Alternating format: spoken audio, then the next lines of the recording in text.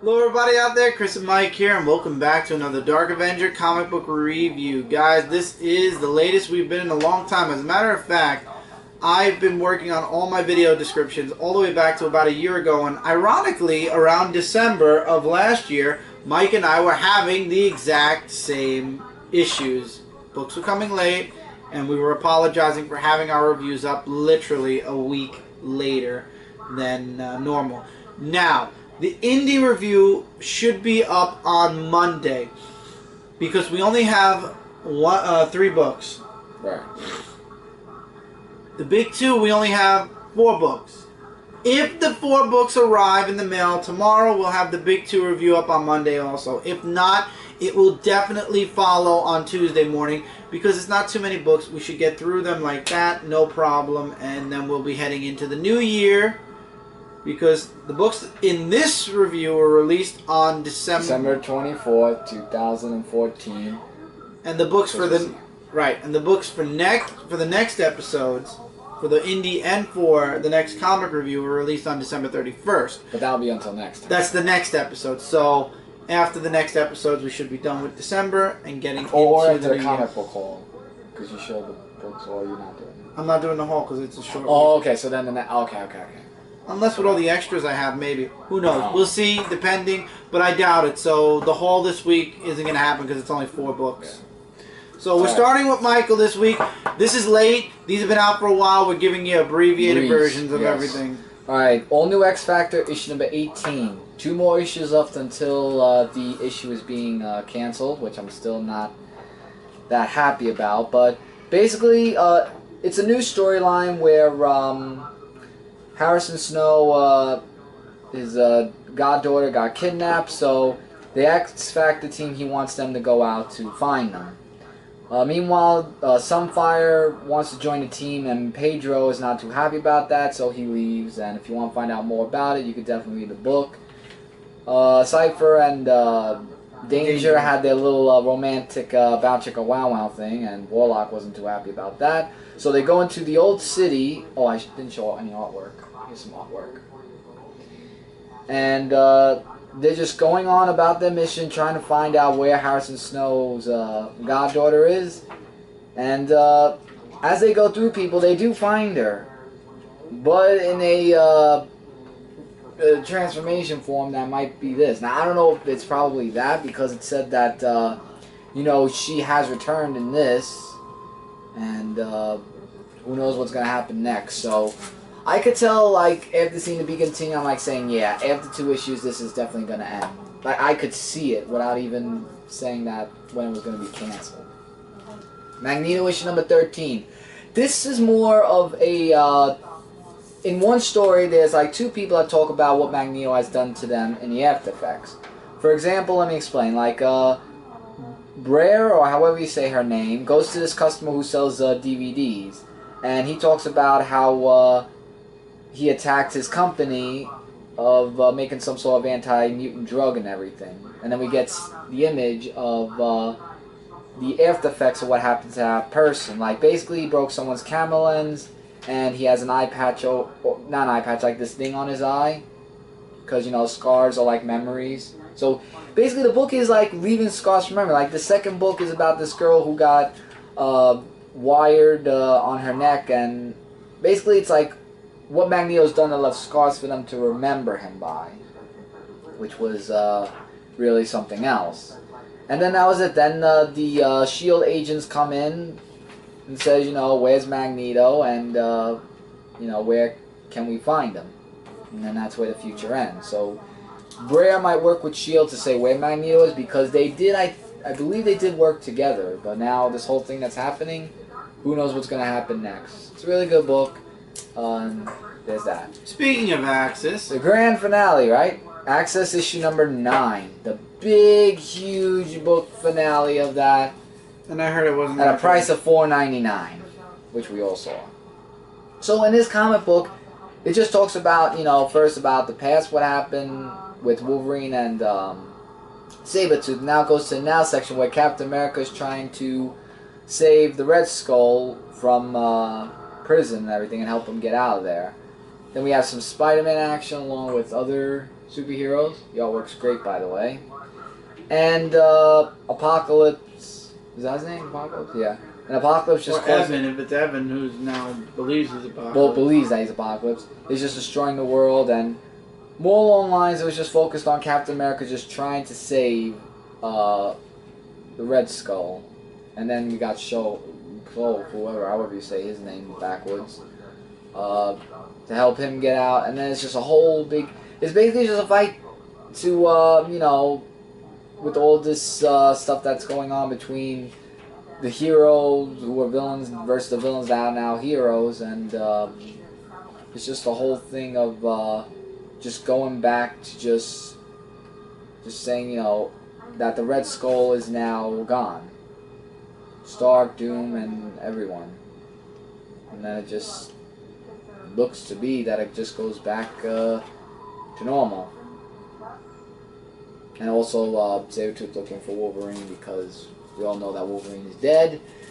And he wants to find Spirit of that. There were lots of things I left out. You just gotta read the book because I don't want to give too much away. Was this a good series to buy? And was it necessary to read? And did I like it? Not as much as what I really expected.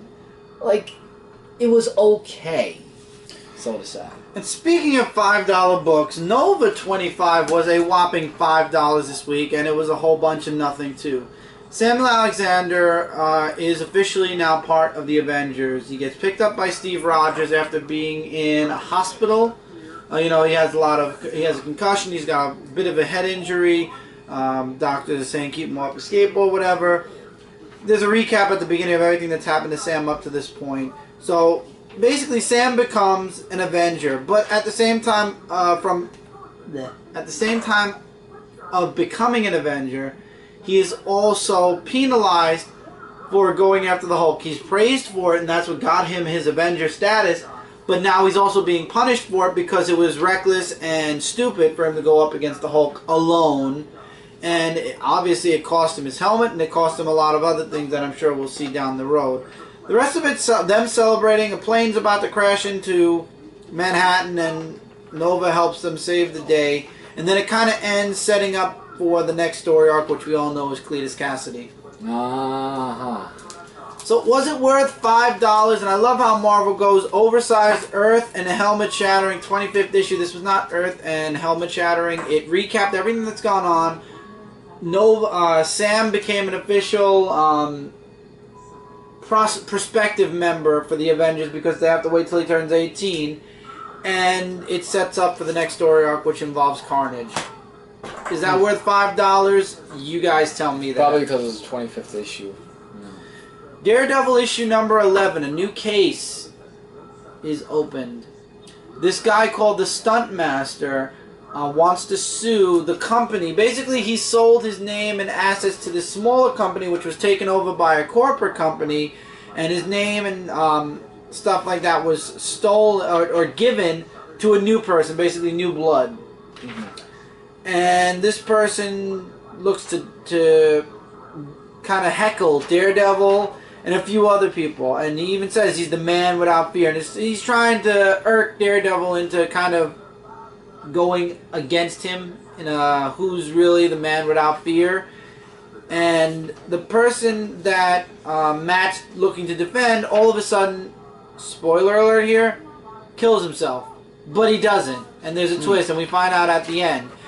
And that's when Matt gets Daredevil involved. And let's just say the ending explains a lot about the new Stunt Master. And it also explains what happened to the man he was defending. I forget. I believe his name was The Suicide George. Squad? No, yeah. Yeah. George. Really good issue. Looking forward to the next issue. I'm really enjoying everything I read from Daredevil. Mark Waid really does amazing work. Great artwork by Chris Samney. I believe he does the artwork. I want to make sure for sure. I believe it is Chris Samney, but I want to make sure because if I'm wrong, I want to make sure to correct myself. Chris Samney actually writes also. It says storytellers Mark Waid, Chris Samney, so I'm going with that. But really good book. I couldn't recommend Daredevil enough. Unfortunately, I believe Mark Waid's run on Daredevil will be ending sometime next year, around March, I believe.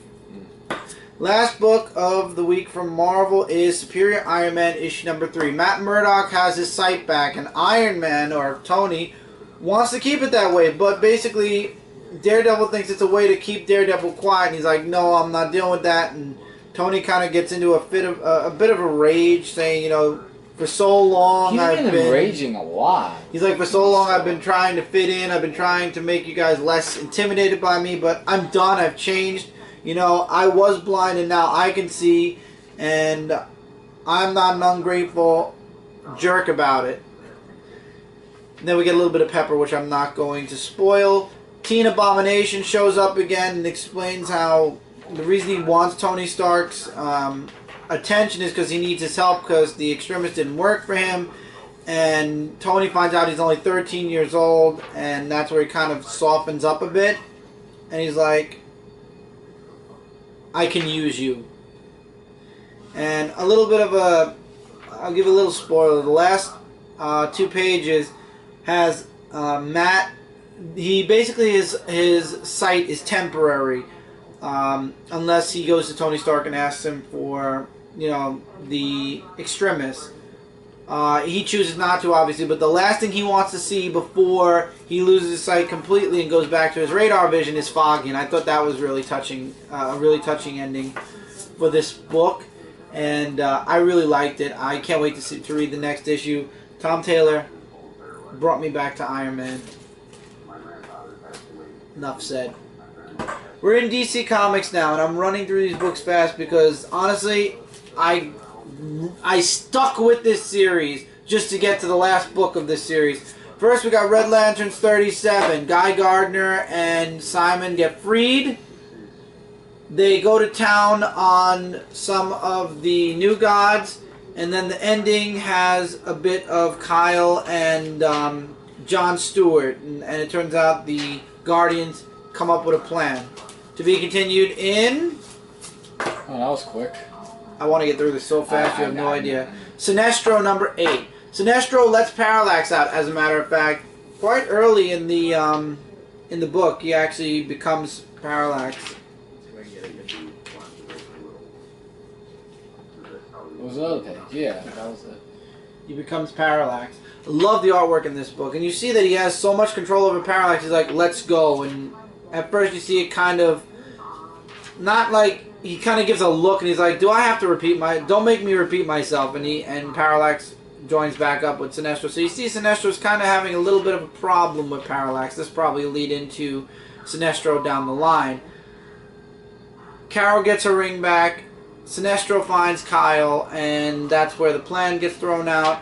Sinestro attacks Allfather to get a mother box, or to find a way to get into a mother box, and he does. To be concluded in Green Lantern Annual number 3. The 5. This is my final Green Lantern issue for a while until they change things around, because I am not liking the direction Green Lantern is going at all. It took all of these books to get to this point. And how did the Lantern stop Allfather? How did it all go down?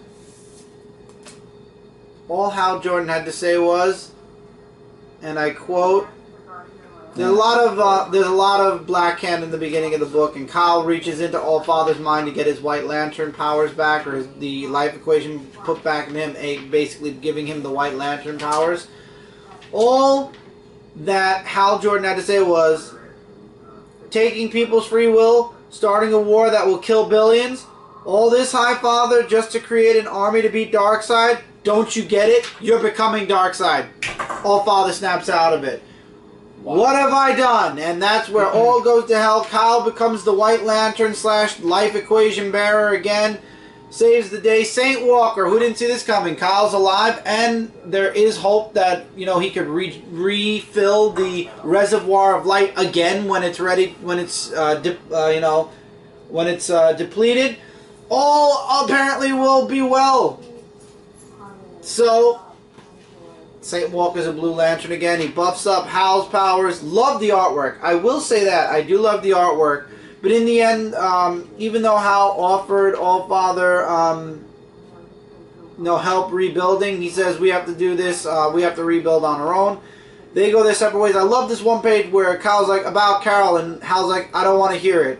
We put a, I thought you were dead. Today, I'm just glad you're alive. Just treat her well, and I won't be pissed off at you. And he's like, you can count on it. And they all go their separate ways. Mogo gets his ring back. All is well. The end.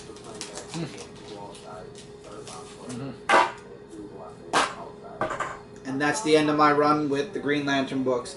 I will be sticking with Sinestro to see how the next story arc runs. I will be sticking with Red Lanterns until the end, because Red Lanterns will be ending in March anyway. So I'll stick with Guy Gardner's book until the end. I'm done with Green Lantern, Green Lantern Corps, and Green Lantern New Guardians. Corps and New Guardians will be ending in March anyway. Maybe when Green Lantern is a solo book again, I will think about picking it up. After this next story arc, I need a break. At least one story arc, I need a break. And then we'll see if by the next story arc, I might pick it up again. But right now, I think after Godhead, my wanting to pick up the next Green Lantern issue is not there. So if Godhead did anything, it kind of pushed me away from Green Lantern for a while. I mean, I thought that Godhead would kind of bring me back in because I was already having doubts. If anything, it just put the nails in the coffin. So I'm sorry, Green Lantern, but I need to let it go. Batman Annual 3. If you're looking for a piece to the puzzle of Batman, what do you call it, Endgame, you're getting a backup story. You get a story about this guy Thomas, who's a reporter, and he doesn't understand what's so scary about the Joker until he comes face to face with the Joker, and he's like, dude, if anything, I realize you're lonely. What you need is a friend. And Joker gets caught, obviously. I like that they showed the old Batman and Robin, like Dick Grayson Robin. And ever since that point in time, Joker's been stalked Thomas for years. Every time he got out, he kind of tried to make a appearance somewhere, as you know, just because this guy thought that Joker should have a friend. So Joker basically picked him as a friend. But every time he showed up, somebody close to this the writer died.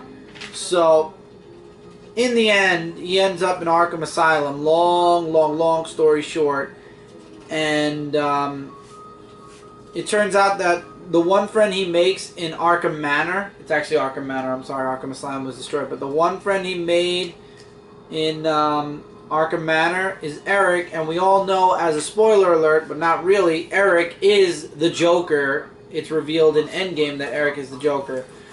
Do you have to get this issue? No. Okay, let's do that again. Do you have to get this issue? No. This is just a backup story, another backup story to what's going on already in Batman Endgame. If I can go back in time, I would probably skip out on this book. It was a good story. Really, it was a nice story. The artwork was okay, but for $5, I would have saved my money. Because, I don't know, this book didn't speak to me. However, this book did. Robin Rises Alpha. Let me make sure I have time because I feel like we're close to the... Okay, no. Robin Rises Alpha, one shot. The grand finale of the Batman and Robin series that started, ironically, about a year ago. Here is the all-fired conclusion. Robin, or Damian, is alive. And one thing I didn't like about this book was the whole couple of first pages kind of recapped everything that went on in the previous Batman and Robin issue. But again, if you're not reading Batman and Robin, and you would have missed out on a lot of the story, but let's say you missed the last Batman and Robin issue, this recaps the ending of it.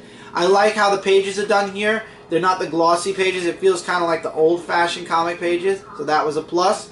The artwork was really good in this book too. I like that. That was a huge plus.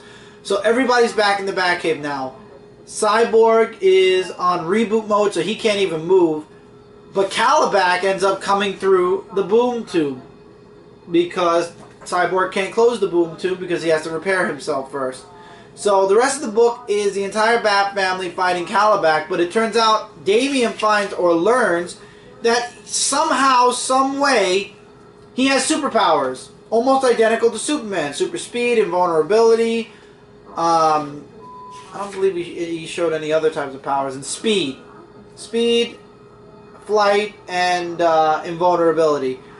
And he beats the crap out of it. It's a long fight between him and Calabac. I love this fight. It was awesome. And I love how Batman sent Calabac back to Apocalypse. Read this book to find out. It was really good. So, Damian's alive again.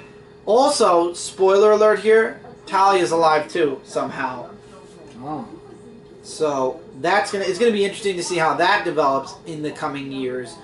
Or the coming issues of Batman and Robin. Eventually, it's going to end up back in the Batman and Robin series. But Batman is doing a bunch of tests on Robin now, trying to figure out how Damian got these powers and what they can actually do with it. But when you get to the end of the day, the end of the book, Robin's back. And he doesn't need a grappling hook anymore. I love how they kind of show Damian flying and Batman still using the grappling hook. The artwork in this book was superb. The storytelling was really good. We all knew Damian was coming back. The one thing, and I said this when they first mentioned it, is I'm kind of iffy on Damian having superpowers.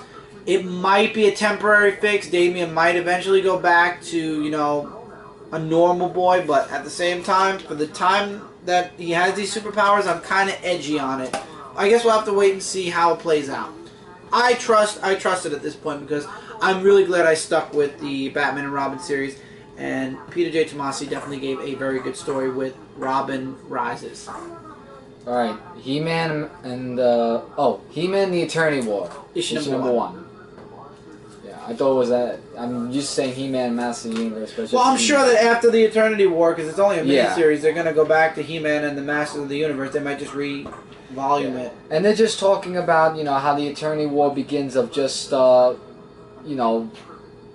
talking about, Grayskull and how Lord Hordak returns and everything.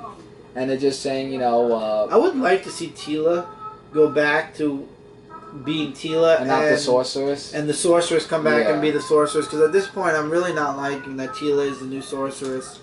Yeah, so they're just saying how Grayskull's a thief and everything, and that it was his destiny. Lord Hordak thinks it was his destiny to become what greater of Grayskull, and this is him saying that he is the power of that, and the hunt for the eyes of Grayskull. So, also, Man-at-Arms wants to see his daughter, and the reptiles, serpents are not letting him see his daughter, Teela, his daughter. So, actually Teela is just, I like the artwork by the way, it's just saying a long story about Grayskull that He-Man doesn't know about because he thinks this is all simple. But he's trying to tell him, everything is just not so simple because there's absolute power and you just don't know, what you're getting yourself into that's not simple. So, and he's trying to say, that Skeletor is dead, He-Man, but he really isn't, because there's just a lot more. But since he was gonna hear about that, Man-at-Arms is just, busy with the reptiles and everything, and then after that, the end, let's just say that there's going to be a war, and cry havoc, they shall have it. This has definitely been building up for a while. It's really building up. And I'm definitely going to see the next issue, see how this definitely plays out. And I made sure to get Mike the Darwin Cook variant because I thought he would like it. Yeah. I can't wait. I really can't wait to see the next issue or hear about the next issue because He-Man's been amazing. I mean, I gave it to you, but I'm still reading it too. And the Eternity War, I haven't had a chance to read this yet, but I will definitely get on that. Nothing but good things I could say about the He-Man books. Next is Superman issue 30 with one of my favorite Darwin Cook covers from the month, honestly. The reason this issue is so far at the bottom of the pile is most of this book is Superman trying to convince Ulysses that what he's doing is wrong, And the truth behind Ulysses is revealed in this book. I would definitely say read this book. It's really good. Again, John Romita Jr.'s artwork is the only thing that really, I feel, I don't know, it just doesn't fit for a Superman book. It still just doesn't work. And finally, when Superman does get through to Ulysses and they kind of find a way to send everybody back to Earth because they all make it to the Great, or the, what was it, the Great World, because of all the events of sending the people back to Earth and, you know, Ulysses' involvement, let's just say things don't go so well. And by the end of this issue, he blames it all, spoiler alert here, on Superman. So things aren't looking so good for Superman, but in the next issue, it turns out, new year, new power, new villains. Some of it has me worried, some of it doesn't. A new look. I believe one of them was new look also. So I'm nervous because in January, Superman, most of his costume is shadowed by his cape most of the time. So I'm nervous. Wait, do we have time? Do we have time? Because I saw last that. Yeah. Okay. Alright. So give us just 2 seconds and we will be right back with the rest of the books from this week's comic book review. Okay, we're back and we are now in the Flash issue number 37. Barry, still trapped in the Speed Force, finds out that there might be a way to get his powers back, and the Barry from the future, or the Dark, I'm going to call him the Dark Barry, I keep saying that, but the Dark Barry basically, I think that, oh, what's her name,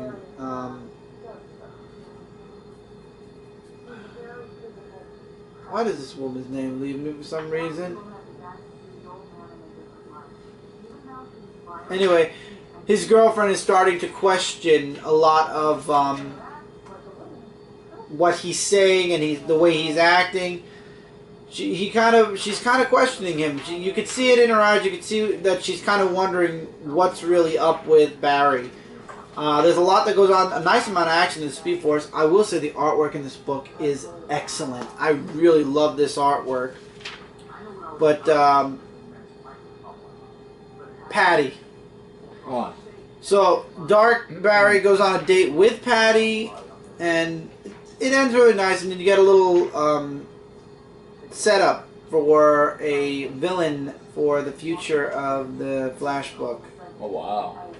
Is that a new villain? Mm-hmm. But really, this book again is a lot of talking, a lot of setting up, a lot of building up to Barry's return to out of the Flash, the Speed Force, and of course him gaining his powers back and then defeating Dark Barry somehow and sending him back. It's gonna be an interesting ride. Deathstroke, again, this is another book where they kind of delve a bit back in time where Deathstroke went to go save his son from these people. The plan was basically for him to save his son, Jericho, and they were both supposed to leave together. Turns out, spoiler alert, by the time Deathstroke does save Jericho, he actually says there's a change of plans, I'm leaving by myself. He knocks his father out and that's it. And the person that Deathstroke was saving Jericho from, here's a bigger spoiler alert, was his father. And it turns out that we're back in the present, and in the present we find out that not only we find out where Jericho is, but we find out that Deathstroke's father is still alive, and somebody in Gotham, because that's what Jericho is, somebody who is in Gotham at that point in time finds out that Deathstroke is coming to Gotham, and she has a bone to pick with him because of something he did. So yeah, that's really the long and short of this book. It's a lot of dialogue also, just like The Flash, but really that's about it. There's a lot of action in here. Great artwork by Tony S. Daniel. I'm really enjoying Deathstroke. I couldn't recommend it enough. Volume 2 for the New 52 definitely is working out a lot better than Deathstroke Volume 1. Next we've got Superman Wonder Woman issue number 14. Who is Wonder Star? That's a good question because he has no clue who he is either. he has complete amnesia for some reason, and Superman and Wonder Woman try to break through to him a little bit. You know, they follow him around. They're testing him, so to speak, because there's a bank robbery that goes on, and Superman and Wonder Woman let Wonderstar kind of get involved to kind of test if he's legit or not. And to Wonder Woman's, knowledge, he is, because she uses a lasso. But by the end of the book, which I'm not going to spoil until the next issue, we find out who Wonderstar really is. Oh my God. Yeah. By the end of the book. This book, I feel like it took me 15, 20 minutes to read through because A, I was distracted twice, and B, again, just dialogue and Wonderstar intro, bank robbery, trying to figure out who Wonderstar is, the grand reveal at the end. That's really it. What a reveal. That was really it. This is a really good book. I'm really enjoying this story arc for Superman Wonder Woman. I was worried when Tony S. Daniel left the book. But again, Peter J. Tomasi really doing good with Superman Wonder Woman. Justice League Dark, issue number 37. And the last Justice League we got... That's kind of one of my least favorite Darwin Cook ones because it's kind of like the characters are all the way in the background over there, and it's really just like the scenery. Maybe that was one of his last covers, so he had to run through it. It could be. But in this issue, like we saw in the last issue, it focuses on Deadman, Madame Xanadu, and Black Orchid, basically. So they're going through like all these mirrors, and they're trying to get out of there. You know, with time and everything, and they're just in like all of these things, and they're just saying, you know, they get introduced to Lord Arif or something like that, and here's some artwork, by the way, which is really amazing, and it's just really just all magic that they're using, and Xanadu meets up with this guy that she like has these feelings for, like all of a sudden. I can't remember what his name is. But yeah, they have their little talk and all that other stuff. While Deadman and Black Orchid try to find out more things of what's going on. They want to get the edges of now, but there's this guardian, Nakara, who blocks them from seeing it because if you want to find out more information, you could definitely read the book. Zatanna makes a little bit of an appearance of what she sees in the future. Then this guy that she met gets older because of something that happened with the trees and whatnot. So the Justice League Dark are going to reunite, thank God, in the Ocean of Eternal Night. After seeing, you know, all this that happened. So in a way, I am glad they're going to reunite, and I am hoping, I mean strong hopes that it will be, you know, that they won't be separate again, that they'll all be together again. Okay, now we go into the 3 weeklies. Now, guys, I have a question for everybody, and it's kind of wearing a little bit on me, too. Maybe it's because there's a 3 weekly series. Maybe it's because, you know, 2 of them are leading into the big event in April, and Batman Eternal's kind of to celebrate his 75 years. I don't know, but I feel like it's been so many weeks now. Batman Eternal was the beginning, so it's been 38 weeks now. I don't know. I feel like I'm breezing through the weeklies now, the 3 weeklies, and I'm really not. I just feel like, I don't know. Yeah. I just don't have any. Like, when it comes to the solo issues, I'm having a great time. But when it comes to the weeklies, it's like I'm reading them just to finish them at this point. Because they're going to end in March. All the weeklies end in March. Oh, they do end in March? Yes, because then in April and May is going to be Convergence. Oh, right. Yeah, I remember that when we talked about on the live show. Right. So, I don't know. I feel like at this point, I'm so invested. January, February, March. 3 more months, and then it's over. Yeah. So, anyway, Batman Eternal, Batman goes up against all of the Arkhamites. And it turns out Batman has a partner. From what happened in the Arkham War series, which we were talking about last year, Killer Croc wants a little bit of revenge against Bane. And oh, you mean it took him a year. It took them a year, but we get Killer Croc versus Bane. And, well, let's just say Killer Croc wins in the end. Spoiler alert. It's not he really a beats spoiler Bane? because the next Batman Eternal's out already. Oh, you didn't break it. Batman takes out the rest of the Arkhamites.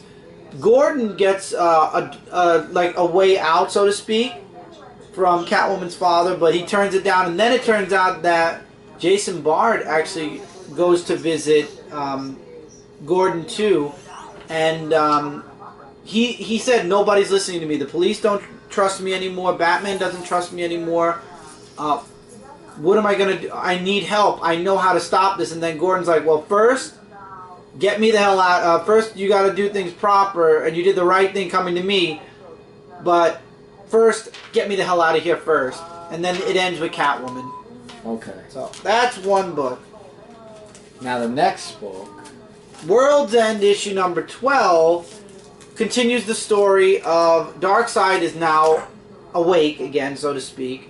Mr. Miracle feels responsible for it because he was egged into it, but him and Fury swear that they're going to find a way to stop him. Helena, Kara tries to break through to her a little bit. Power Girl tries to get through to her. Kind of doesn't work, and they're left at a bit of a cliffhanger because Desaad shows up. And it turns out the reason Superman lost his powers was because they tried to take away his DNA too much to clone him because their clones kept failing. And yeah, in the end, it cost him his powers. I think we've seen the end of Earth 2 Dick Grayson because there's a huge tidal wave. The World Army finds out that Sloane basically turned on them, which that was epic also. And then we have the Justice Society, or pieces of the Justice Society, trying to save as many human beings as possible from the coming of Apocalypse. And then we get to see the Furies of Apocalypse at the end of the book. That's going to be really good. The next issue, I think, is going to be action-packed. The final book of the week is Future's End, issue number 34. Adam versus Father Time. Wow. That was epic, that fight. You also have Dr. Polaris versus Firestorm.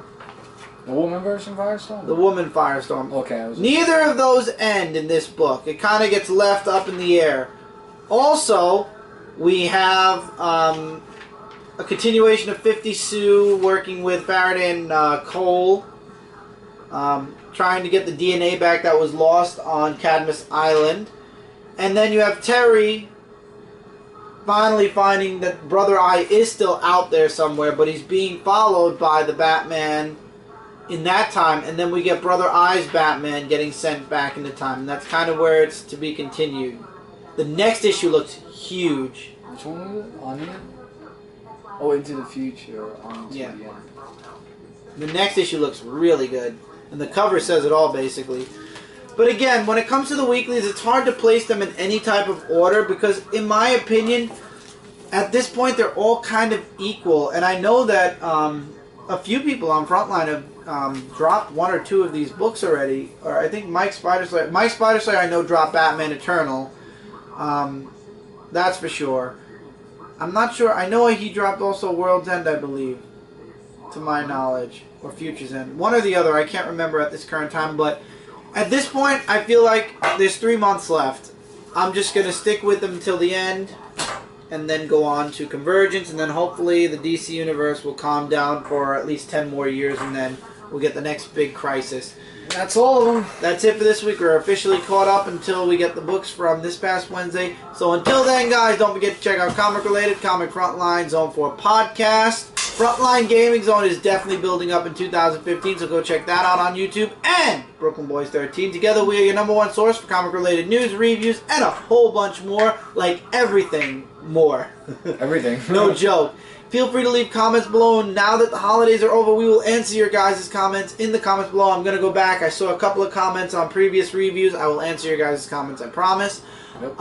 And as always, keep reading, keep collecting. We hope you guys have a great beginning of your new year. And until next time, we will see you guys in the next review. Hey, everybody.